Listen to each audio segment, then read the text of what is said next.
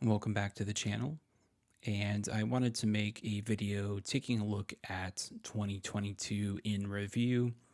I thought about a couple different ways of doing this and kind of decided I was going to take a look at pitchers and fielders separately in different videos. And then I started looking at the data, the stats for the year, kind of made a video, scrapped it, came back to it, and decided that I wanted to take a particularly close look at the Statcast data, or at least a closer look.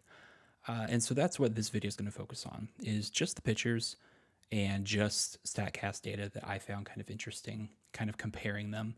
Just a little note that not every pitcher that even played significant time for the Padres last year had Statcast data.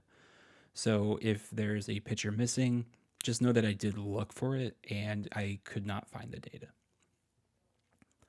Starting with Yu Darvish, essentially our ace, big thing that stands out: 91st percentile base on balls percentage, percentile. So it's like he is better than 91% of other pitchers, and all of these data points are percentile ranks.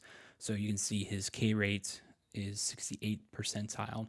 So he's better than 68% of other major league pitchers. And for you, like I said, he's kind of considered our ace. What stands out to me the most is that other than his walk percent, he doesn't really stand out in any one area. I do think what's interesting about that is he seems to be pretty consistent. You can see his chase rate, his hard hit percent, expected WOBA, expected batting average, and K rate are all relatively consistent. And to me, that's just saying that he has been pretty consistent throughout all of last year in doing his thing, getting his stuff out, and kind of being a consistent starter for the Padres, which is fantastic. Above average in most categories, a little below average on expected slugging and his whiff rate, which is fine. For the most part, he did a pretty good job. 44th percentile for expected slugging. You would want to see that a little bit higher, but that's not horrible either. So overall, I was pretty happy with Yu's year last year in 2022. Next, we've got Blake Snell, who was second in rotation, at least, in the postseason. And his Statcast data is quite different than Yu Darvish's, where Yu Darvish had pretty consistent numbers. Snell's got consistent numbers, but he's also got really high and really low. So he was giving up a lot of really hard hit balls, 32nd percentile. He's given up a lot of walks, 27th percentile on base on ball percentage. But you can see his K rate is up. He's not giving up extra base hits. He's not giving a lot of hits up in general. He's not allowing runners on base. Very high whiff rates, lots of swinging strikes, relatively high chase rate of the 63rd percentile. And so if you hear people say Blake Snell's got really good stuff, which I've heard several people say, that's kind of an indication. He's got movement. He is tricking the batters. He's getting the batters to swing at things and getting them to chase outside the zone, or he's getting swinging strikes. But the base on ball percentage, you can probably say he's got some control issues, and that was one of his weaknesses in 2022. But overall, still very good. Was overall very happy with Blake Snell last year as well. Joe Musgrove had a very good year. You can take a look at his Statcast and you see, kind of unlike Snell, he doesn't have any huge weaknesses. You can see his whiff rate is his lowest, where he's the swinging strikes, but even that is 1 percentile better than the average pitcher. So really, Musgrove had a very good year overall. He did not give up a lot of hard hit balls. He had good chase rate. He had good control. Wasn't giving up a lot of walks. still striking out batters. Overall, Joe just had a fantastic year.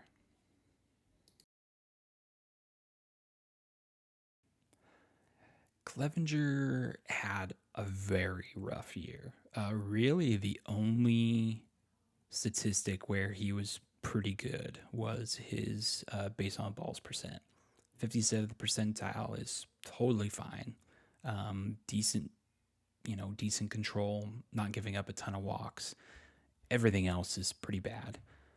His expected slugging, 15th percentile, is awful. So he was only better than 15% of other major league pitchers in terms of giving up extra base hits. You can see 18th percentile for expected WOBA.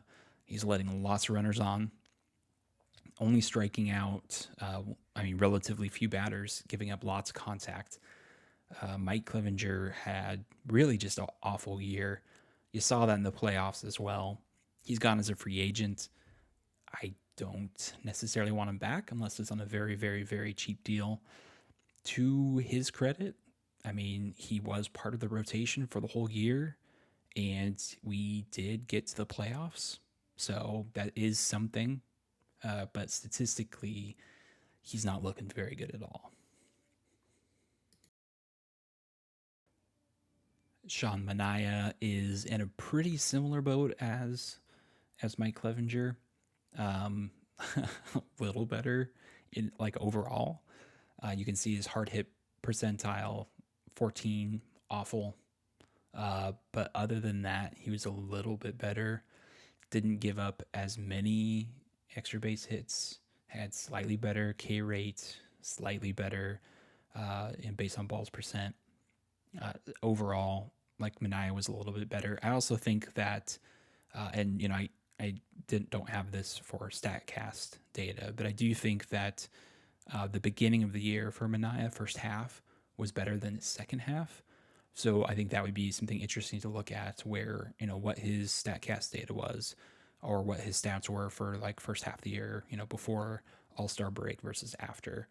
And same thing with Clevenger. Manaea's gone as a free agent, and I don't think I'd want him back. I would want him, Manaea, over Mike Clevenger, but neither one of them on anything but a cheap deal. And again, same thing with Clev. We rode Manaea to, a playoff berth, so that is something. He and Mike had awful playoff appearances, but as far as a regular season starter, maybe I could see it. Maybe, I don't know. Not a great year. Mackenzie Gore was one of my favorite players kind of coming into the season, seeing him start. The struggles that he had the year before, kind of made this really nice story. I wanted to see him succeed. Statcast numbers are almost off the charts, awful in pretty much everything. I think the stats, looking at like FIP minus, ERA minus, those kinds of stats, which I might do another video kind of looking at those other stats, paint a slightly rosier picture for Gore than his Statcast data does. But really, I was honestly a little surprised because it felt like he was doing much better than his Statcast data shows. And I do think that Gore is probably still in that prospect category, which might be part of the reason why Preller ended up trading him in the Juan Soto deal. So, sad to see him go. Hopefully he comes back at some point and continues to grow into a better pitcher. Martinez was one of the pitchers that most surprised me. I absolutely loved watching him throw this last year, and he is very, very average. If you take a look at the data, hard hit, expected, WOBA, batting average, and slugging is all, slightly above average. His chase rate is actually really good. But otherwise, his whiff rate is right on that 50th percentile. So that's kind of telling me that he's just an average pitcher. And so, looking at whether he's going to come back or not, because that's one of the questions. He did opt out a couple days ago with his player option, and San Diego was at least in talks with him to bring him back. I don't know. I don't know what he's worth. You know, I think his versatility is his best feature. His chase rate's fantastic. He did pretty much everything the Padres asked of him, and that right there makes him more valuable than just the stats say. The other thing with this is league average is still very good, right? A league average major league pitcher is still a very good pitcher. I would love to see Martinez back. I think it'll kind of depend on like what he's looking for in a deal. But yeah, that was my big surprise. I love watching him. He had a very good year last year, closing out games, setting up closers, starting, being a middle reliever, did basically everything. So that was a lot of fun. Chrismat had surprisingly good stats. So kind of like with Martinez, little surprise here. You can see that he was significantly better than league average in a couple categories. 64%. He wasn't giving up a lot of hard hit balls, wasn't letting on a lot of runners, was keeping the ball in the park. 69th percentile for expected slugging, 82nd percentile for chase rate. So he's getting batters to swing at balls outside the zone. I was really happy with Chris Matt. He ate up a lot of innings. I can't quite remember, but I want to say that he had the most innings pitched for relievers in 2022. If he doesn't have the most, he was right up there. Was a little surprised not to see him on the playoff roster. I kind of expected to see him. I guess, depending on how you look at him, you may look at him as like this middle, reliever where he's going to try and like eat up innings. And obviously, that's not what you want to be doing in the playoffs.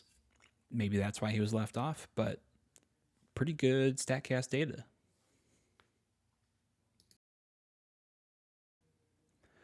Luis Garcia had some fantastic numbers. Expected WOBA, 87th percentile, was not letting runners on base. 92nd percentile for expected slugging, keeping it in the park. Great whiff rate, not many walks, good amount of strikeouts.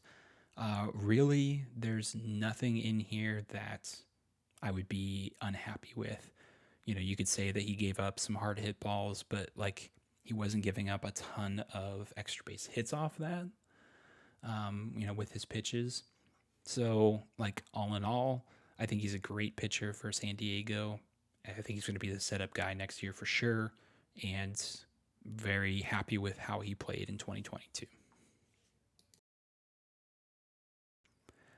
Taylor Rogers was the closer to begin the year, was not the closer to end the year. Looking at the StatCast data, the swinging strikes, 84th percentile, that's pretty good. 90th percentile for his K rate, fantastic. Everything else, not great. I mean, his base on ball percentage is good, 61st percentile, so wasn't giving up a ton of walks. But, if you look at his chase rate, 33rd percentile, he wasn't really getting batters to chase outside the box, which is something that you would want to see. Expected WOBA, 37th percentile. For a closer, that's pretty bad. You don't want your closer letting batters on. Was giving up a lot of hard hit balls. Overall, Statcast kind of paints the picture of, it's like it's either great or it's awful. And Rogers kind of lost that consistency right before the trade deadline, which ended up costing him his spot with the Padres. And we've got Rogers' replacement right here, and you can see overall, even though Hader had some really, really bad stretches, he had much better numbers, StatCast wise. The only one that is like really, really awful is his base on balls at 25th percentile. That is pretty bad. And for a closer, you don't want to be giving up free bases. Everything else, I think, looks pretty good. You would want to see his chase rate higher. But, Hader's a all-out effort kind of guy, so it doesn't shock me either that his chase rate's a little bit lower. With Rogers, I felt like he was more of a breaking ball pitcher where he's trying to get his slider and getting guys to swing at his slider outside or his curveball outside the zone, whereas Hader's trying to overpower. And you can see his expected batting average 90th percentile, whiff rate 97th, K rate 98th. So Hader, fantastic, especially at the end of the year, especially in the playoffs. Fantastic. And that was all of the significant contributors from the 2022 season as far as pitchers and their Statcast data. Again, there were some significant contributors who the data wasn't there for me to look at, so they didn't make it onto the video. But I hope you enjoyed. Thanks for watching.